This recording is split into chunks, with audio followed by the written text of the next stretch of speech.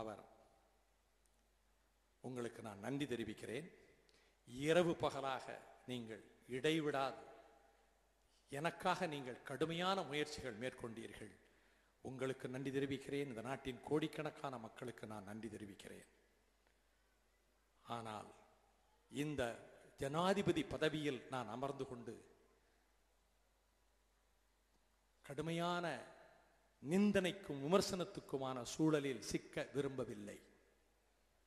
அப்படிப்பட்ட விமர்சனத்துக்கு நான் ஆளாக விரும்பவில்லை இந்த பதவியில். எனவே நான் போட்டியிடவில்லை. ஒவ்வொருவராக கருத்து கேட்டபோது என் தரப்பு வந்தபோது சொன்னேன், உங்கள் இல்லத்தை காயப்படுத்த வேண்டும் என்ற நோக்கத்தில் இப்படிப்பட்ட அறிக்கைகள் தரப்பட்டிருக்கின்றன. உங்கள் உள்ளத்தை நோகடித்திருக்கிறார்கள். இது ஜனநாயக யுத்தம். It is a battle of ballots. இது வாக்குச்சீட்டுகளினுடைய போராட்டம். இது மனச்சாட்சி இதிலே பேசும். 69 மனச்சாட்சியின்படி ஓட்டு போடுங்கள் என்று இந்திரா காந்தி சொல்லவில்லையா? கட்சி சார்பிலே நிறுத்தப்பட்ட வேட்பாளர் சஞ்சீவ் ரெட்டியை தோற்கடிக்க கிரியை கொண்டு வந்து நிறுத்தி எல்லோரும் மனச்சாட்சிப்படி ஓட்டு போடுங்கள் என்று சொல்லவில்லையா? அந்த வரலாறு மீண்டும் திரும்பாதா? வரக்கூடாதா? இரண்டாவது முறையாக ஜனாதிபதியாக ஒருவர் வருவது மரபில்லை என்று சொல்லப்பட்ட அமெரிக்க நாட்டில் பிராங்க்லின் டி ரூஸ்வெல்ட் 4 தடவை ஜனாதிபதி ஆனார், ஒரு புதிய விடியலை தருவதற்கு. அதே போல இந்த நாட்டில் இரத்த களரிகள் உருவாகிய ஒரு வேளையில், மதக்கலவரங்கள் இரத்த களரிகளாக உருவாகிய ஒரு வேளையில், இளைஞர்கள் விரக்தியின் பிடியிலே தீவிரவாதத்துக்கு பலியாகும் நேரத்தில், ஊழல் தலைவிரித்தாடும் சூழலில் இந்த நாட்டுக்கு நீங்கள் தேவை புதிய விடியலை காண்பிக்க நீங்கள் மறுக்க கூடாது. அவர் மறுத்த நேரத்தில் சொன்னேன், when you are the anvil bear, when you are the hammer strike. நீ பட்டறையாக இருக்கிற போது அடியை வாங்கு, சம்மட்டியாக இருக்கிற போது நீ அடியை கொடு. நீங்கள் தானே எழுதினீர்கள் அந்த கவிதையை. இது சம்மட்டியாக வேண்டிய நேரம் ஜனநாயகத்திலே. அவர் மறுத்தார். எல்லோரும் விடைபெற எழுந்த போது அந்த மா மனிதரை பார்த்து கரம் குவித்தவாறு சொன்னேன், அந்த தமிழ் மகனை பார்த்து. ஏன் தெரியுமா? உங்களிலே பலருக்கு தெரிய வேண்டும் நண்பர்களே. இந்த வருடம் ஏப்ரல் 24 ஜெர்மனி தேசத்தின் ஸ்ட்ராஸ்பர்க் நகரத்தில் ஐரோப்பிய ஒன்றிய பாராளுமன்றத்திலே உரையாற்றுவதற்கு சென்றார் Abdul Kalam. European union parliament, ஐரோப்பிய ஒன்றிய பாராளுமன்றம் 29 நாடுகளின் பிரதிநிதிகள் வந்து அந்த நாடாளுமன்ற அமைப்பிலே உட்கார்ந்திருந்தார்கள். இந்தியாவின் ஜனாதிபதி பேச வருகிறார். இந்தியர்கள் பலர் பார்வையாளர் மாடத்தில் இருந்தார்கள். இவர் பேச வந்தார், பேசினார், பேசி முடித்தார். 15 நிமிடங்கள் எழுந்து நின்று அத்தனை பேரும் ஸ்டாண்டிங் ஓவேஷன், கை தட்டி கொண்டே இருந்தார்கள். இந்த பார்வையாளர் மாடத்தில் இருந்த இந்தியர்கள் அப்படியே கண்ணீர் விட்டு அழுதார்கள். அப்பொழுது அந்த ஐரோப்பிய யூனியன் பாராளுமன்ற தலைவர் சொன்னார், இந்த ஐரோப்பிய யூனியன் பாராளுமன்றம் அமைக்கப்பட்ட நாளில் இருந்து இப்படிப்பட்ட ஒரு அற்புதமான உரையை நாங்கள் கேட்டதே இல்லை. அந்த உரையில் அவர் சொன்ன 2 வார்த்தைகளை மாத்திரம் சொல்லுகிறேன் தமிழர்களே. 29 நாடுகளின் பிரதிநிதிகள் அவருக்காக எழுந்து நின்று கரமொலிப்பினார்களே, அந்த பேச்சில் அவர் சொன்னார், யார்? நம் ஊர் அப்துல் கலாம், நம் தமிழன் Abdul Kalam. I am reminded of the dream, of a magnificent dream of an Indian poet, Tamil poet, Kaniyan Poongundranaar. In classic Purananuru, Yadum Ure Yavarum Kelir. I am a world citizen.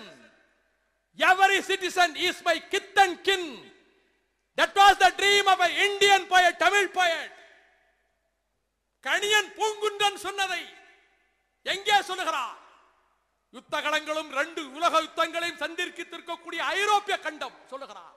இரத்த களரிகளையும் யுத்த பூமிகளையும் பார்த்த ஐரோப்பிய ஒன்றியத்தில், போர் பூமியாக இருந்த ஐரோப்பிய ஒன்றியத்தில் இணைந்து வாழ வேண்டும் என்ற கருத்தை 2000 ஆண்டுகளுக்கு முன்னாலே சொன்னவன் எங்கள் இந்திய கவிஞன், தமிழ் கவிஞன் கணியன் பூங்குன்றன்.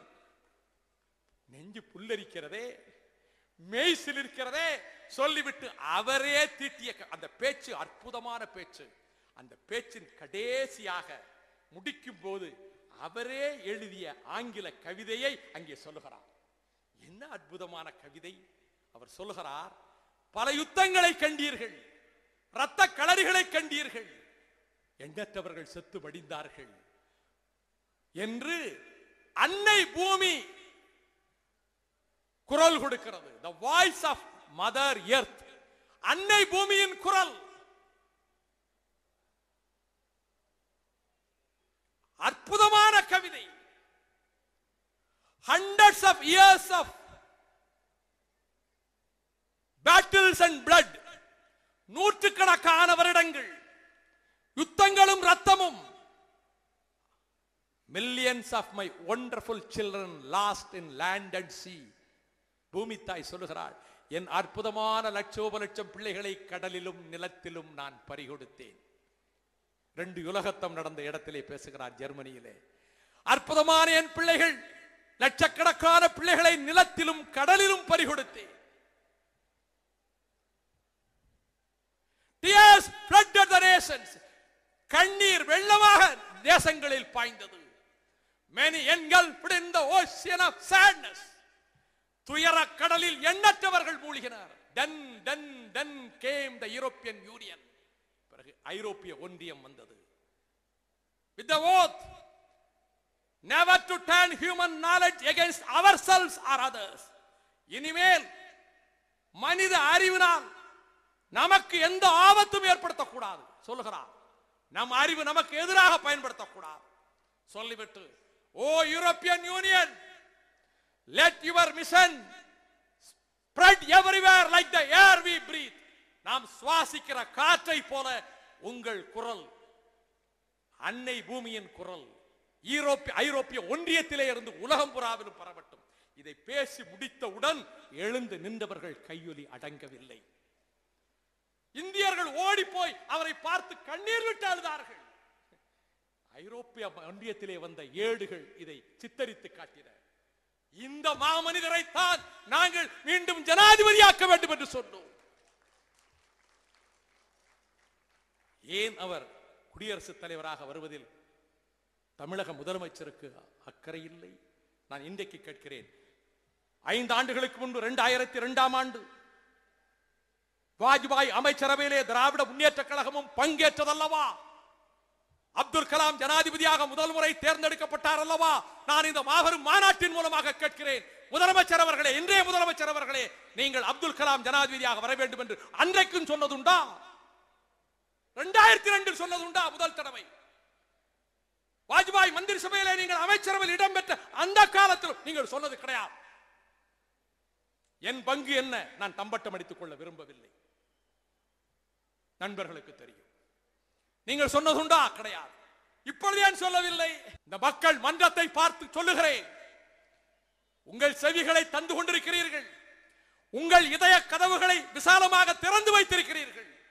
இந்த மண்ணை நேசிக்கின்ற ஒரு தொண்டன், இந்த தமிழ் பூமியை உயிராக கருதுகிற ஒரு ஊழியன், அண்ணாவின் கொள்கைக்காக ஆவியை தருவதை விட பாக்கியம் வேறொன்றில் என்று கருதக்கூடிய உங்கள் சகோதரன் இந்த மாநாட்டின் மூலமாக சொல்லுகிறேன், கொஞ்சம் கொஞ்சமாக ஜனநாயகத்தின் குரல்களை அறுக்கப்படுவதும் அராஜகம் விளைவிக்கப்படுவதும் இனி எவருக்கும் இந்த நாட்டில் பாதுகாப்பு இல்லை என்ற நிலை உருவாவதும் அதனுடைய அரங்கேற்றம் தானே மே மாதம் 9ஆம் தேதி நிகழ்ச்சி. நல்லோர்களே, உங்கள் செவிகள் செவிடாகி போய்விட்டதா? நடுநிலையாளர்களே, உங்கள் இதயங்கள் மரத்து போய்விட்டதா? 9ஆம் தேதி நிகழ்ச்சி ஒரு பத்திரிகை அலுவலகம் சூறையாடப்பட்ட நிகழ்ச்சி, ஒரு பத்திரிகை அலுவலகம் தீயிடப்பட்ட நிகழ்ச்சி. நான் அந்த பத்திரிகைக்காக வக்காலத்து வாங்குவதற்கு பேசவில்லை. என் தோழர்கள் உள்ளத்திலே கூட முறி நெருங்கி முட்கள் உண்டு. எதற்கு வக்காலத்து வாங்குகிறான் அந்த பத்திரிகைக்கு என்று? அது எனக்கு பொருட்டல்ல. அவன் எதிரியாக கூட இருக்கலாம். அவன் கருத்தை சொல்லுகிற உரிமைக்கு வைகோ மரணம் வரை போராடுவான். இது இங்கு பேசியதல்ல, நான் நாடாளுமன்றத்திலே பேசியது. இதே கருத்தை நான் நாடாளுமன்றத்திலே சொல்லி இருக்கிறேன். கருத்து சுதந்திரத்துக்காக சொல்லி இருக்கிறேன். கருத்து சுதந்திரத்துக்காக ஏறத்தாழ 3 ஆண்டுகள் சிறையில் இருந்திருக்கிறேன். திராவிட இயக்கத்தில் எனக்கென்று பெரிய பெருமைகள் கிடையாது. நான் தொண்டன். ஒரு தொண்டனுக்காக தொண்டர்கள் இயக்கத்தை உருவாக்கிய சரிதம் உலகில் எங்கேயும் கிடையாது. இந்த தொண்டனுக்காக இந்த தொண்டர்கள் அவர்கள் எல்லோரும் சேர்ந்து உருவாக்கிய இயக்கம். அந்த தொண்டன் கருத்து